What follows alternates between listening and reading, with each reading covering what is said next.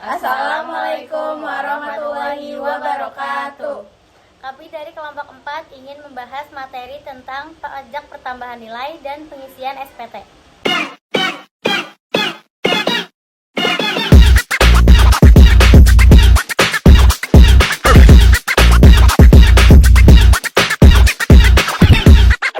Penerimaan negara yang digunakan untuk membiayai pembangunan nasional seperti infrastruktur, pendidikan, kesehatan, dan pelayanan publik. Salah satu pajak yang memberikan kontribusi besar adalah pajak pertambahan nilai.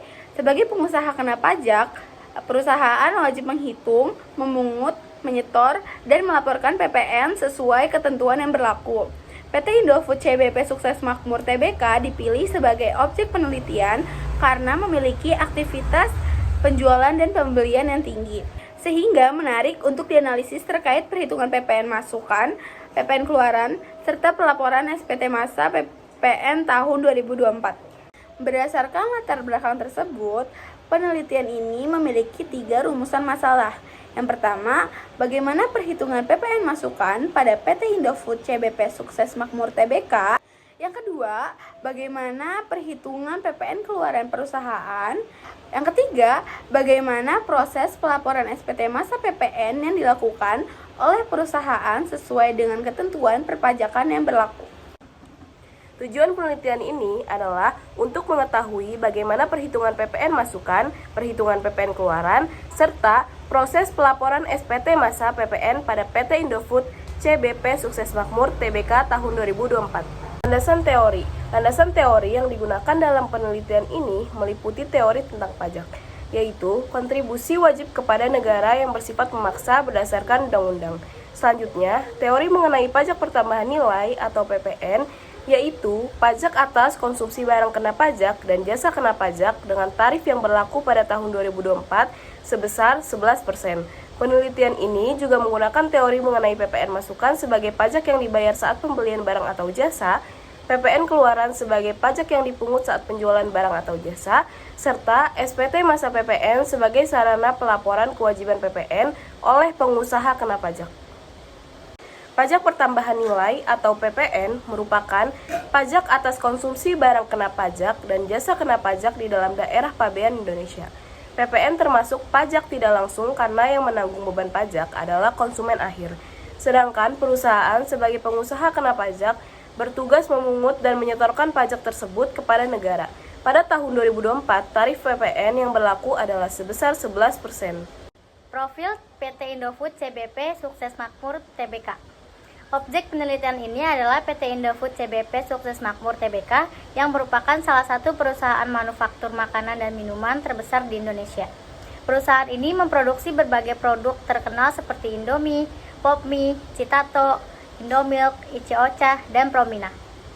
Karena memiliki aktivitas penjualan dan pembelian yang sangat tinggi, perusahaan ini memiliki kewajiban perpajakan yang cukup besar, terutama dalam perhitungan dan pelaporan PPN. Data penjualan dan pembelian.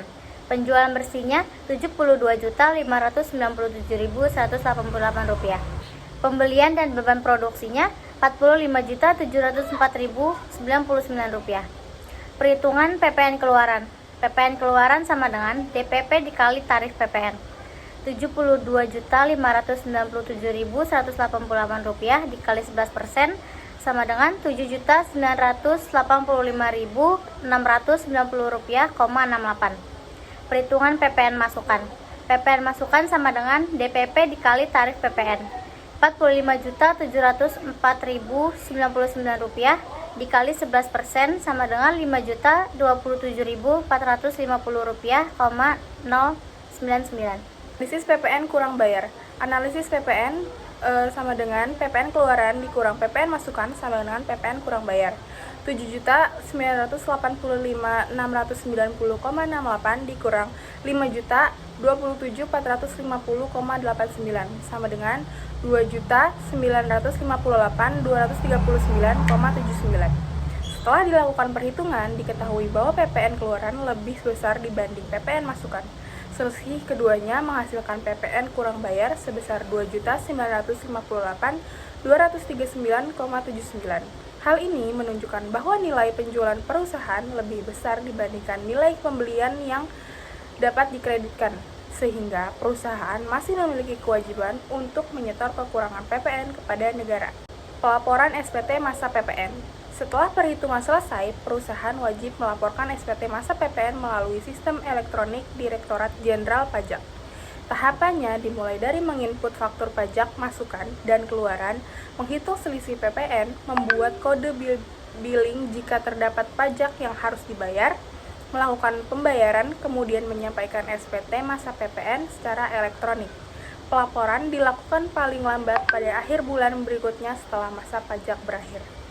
Kesimpulannya, berdasarkan hasil analisis dapat disimpulkan bahwa pajak pertambahan nilai merupakan salah satu pajak penting yang harus dikelola oleh pengusaha kena pajak. PT Indofood CBP Sukses Makmur Tbk telah memiliki kewajiban untuk menghitung, memungut, menyetor, dan melaporkan PPN. Dari hasil perhitungan diketahui bahwa PPN keluaran lebih besar dibandingkan PPN masukan, sehingga perusahaan mengalami PPN kurang bayar.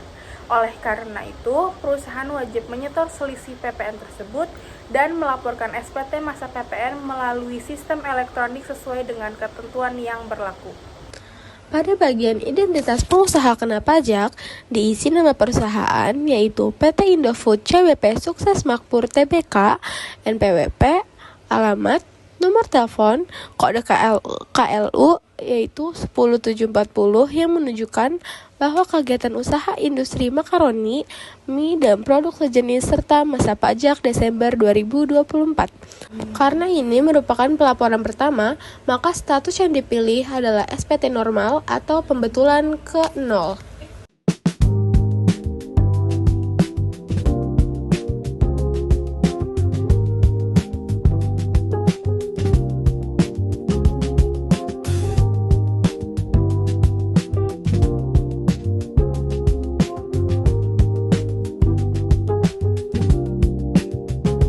Selanjutnya, masuk ke bagian 1, penyerahan barang dan jasa. Pada kolom penyerahan, yang PPN-nya harus dipungut sendiri, diisi dasar pengenaan pajak atau DPP sebesar Rp72.597.188 dan PPN keluaran sebesar Rp7.985.690.68. Sementara untuk kolom ekspor, penyerahan yang dipungut pemungutan PPN, penyerahan yang tidak dipungut PPN, serta penyerahan yang dibebaskan dari PPN diisi Rp0, karena pada simulasi ini tidak terdapat transaksi tersebut.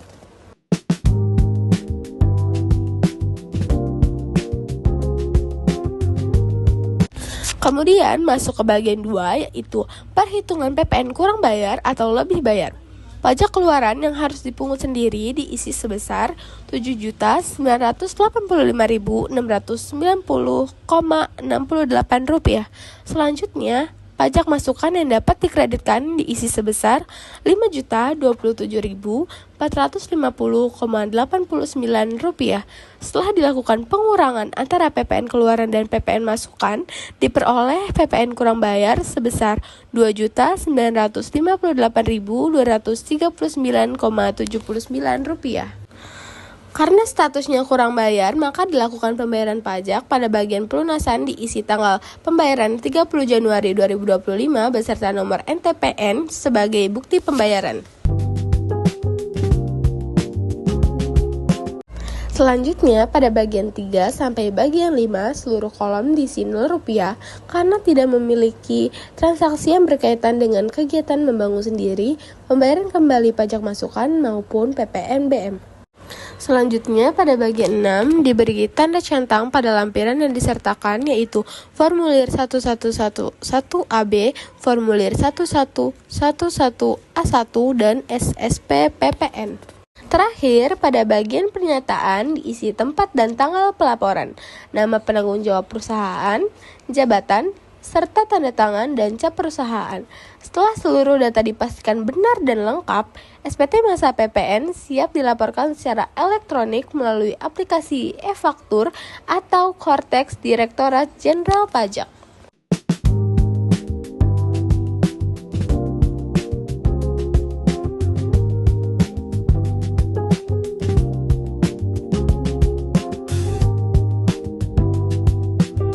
sabana.